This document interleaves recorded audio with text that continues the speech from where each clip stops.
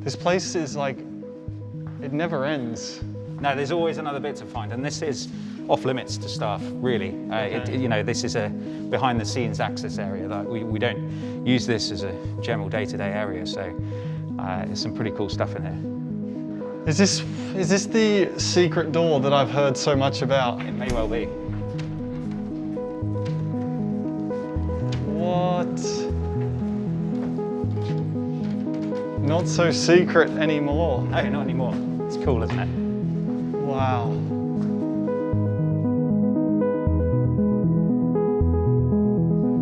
Where do we, I guess, I was going to say, where do we start? I guess we start here. All right, so educate me. You know, right from the start, you can see the car's really, really long, hence its name, the Longtail. So that was all about getting more aerodynamic performance. They pumped out the bodywork, so wider track, maximised the amount of tyre they could get on the road within the regulations, you know, more mechanical grip.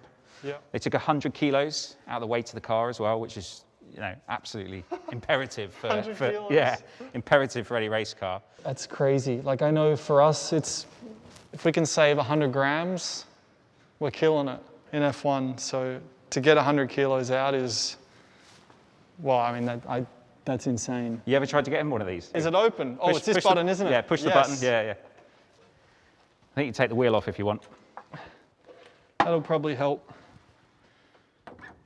All right, doesn't look elegant. Imagine doing that in a pit stop. Oh yeah, getting in here with a helmet as well. Yeah, yeah. So. Oh my gosh. So still got a foot clutch. So was that, I guess, just to take off? I think it's just for pull away, and then you can just do, and then, you know, sequential changes. Yeah. Oh, see, I still love a stick, as the Americans would say. I just think it's so cool. A H pattern maybe is a bit complicated for a kid like me, but sequential stick is like, oh, it's cool. Yeah, something theatrical about it, isn't there? Yeah, it's so long and just also quite flat. Yeah. Like when you think about the front of the car with the louvers and everything, the back is kind of, it's pretty simple. I guess the main thing is to, you know, keep this air attached to the car as, you know, as well as possible, so that you're really energizing the rear wing and getting that air, you know, traveling as fast as it can underneath to create that downward pressure, that downforce. So they've only put features in where they need it. Again, that sort of form follows function. So really the main things about this car were the chassis dynamics, the bodywork, lengthening it, increasing the downforce, changing the powertrain and taking that weight out. And so those pillars really are kind of like where we've gone with the LT sub-brand. So that kind of took us on nicely to this car. I recognize this very well because I own one. It was the first sports car I ever purchased, a blue 675 LT. That's quite a sports car to start with. Yeah, yeah, I know. Well, I was quite like, you know, I was quite sensible. Okay. But okay. Mate, I love it. I love it. You know, the origins of this car are in the Longtail, and they're really focused on kind of adding that driver engagement, you know, like the brakes, the steering, all of those touch points, all those things that you feel as a driver when you're you know, taking one of these on a spirited drive. Yeah.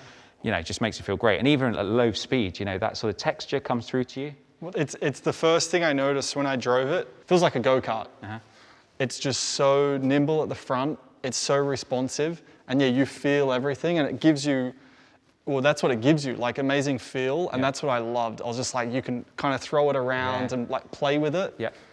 And yeah, the response is really cool. So in the most like complimentary way, I described it as like a go-kart. Yeah, no, absolutely. It's just that, it's that confidence that it gives you when you're driving it. Just makes it so rewarding to just play with, yeah. Yeah. And they sound sick. Oh. So we come to, that was 2016, come to 2019 now. Yeah. This was our next LT, so 600 LT, based on the 570S, which was our sports series. Have you ever driven one of these? So, my buddy has one. I didn't drive it for long, but I liked it. This, again, is just taking all of that DNA back from the F1.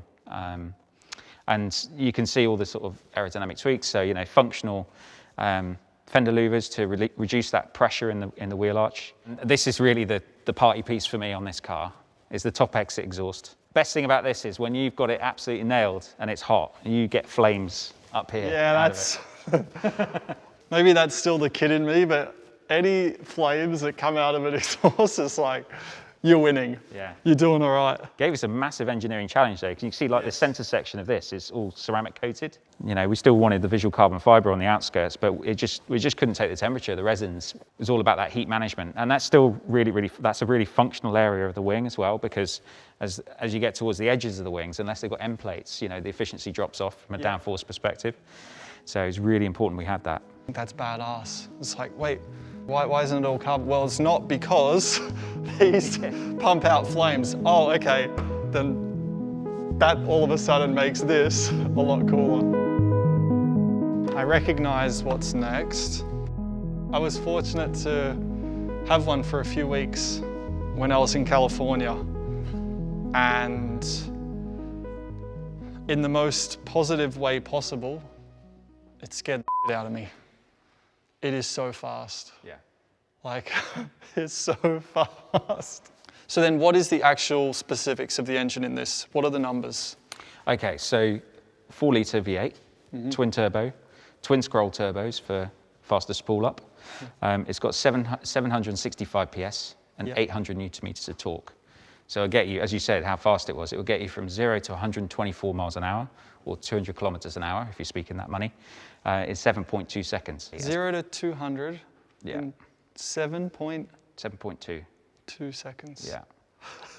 Pretty quick. And she'll sail on to 205 miles an hour, top speed. To make something as special and rewarding to drive as this, there's a lot of internal sort of battles that go on. Yeah. And same as F1, don't worry. yeah, very, very similar. And we came out with this design.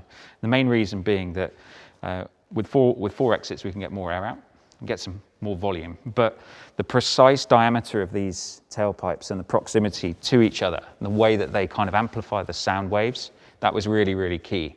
So again, it's not just space like that and that size for aesthetics. It's actually there because it generates the sound that we want. You can reward yourself with some good pops and bangs. Oh, man. They don't happen all the time. You've got to earn them to get that.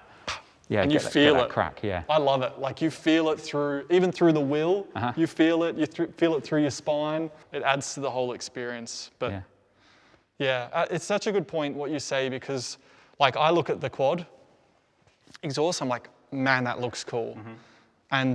But there's so much involved, and you say there's so many battles where it's like, not everything is the way you want it to be, because there's so many other things like, okay, that might look the coolest, but engineering, aerodynamics, whatever, like that doesn't work. Or so to make a car, let's say, efficient and still look the way it does, to execute both to such a high standard, like that's where it's super impressive.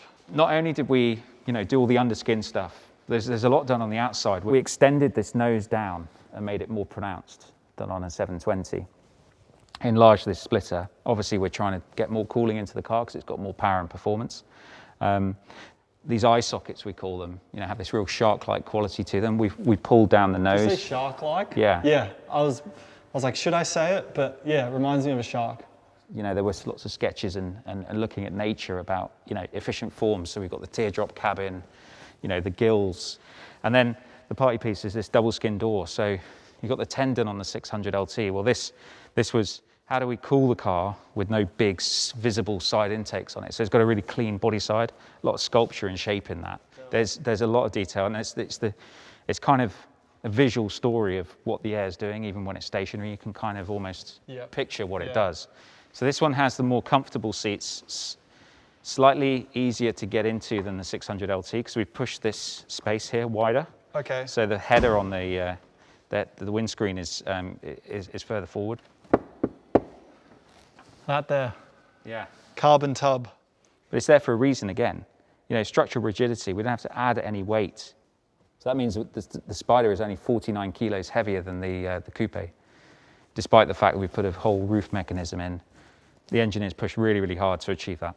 I love, I think of carbon tub, I obviously think of race cars, and I just think it's such a cool feature as well to have that kind of racing, call it DNA or blood in it. Yeah, I mean, we pioneered it. 1981, we were the first manufacturer to go into Formula One with a carbon tub. So it's in our DNA through and through. You know, the F1 road car, that was one of the first road cars with a carbon chassis. And every car that we've made as McLaren Automotive has had this sort of underpinning. Beautiful. So, quite a collection. The ultimate question, which one would you take home?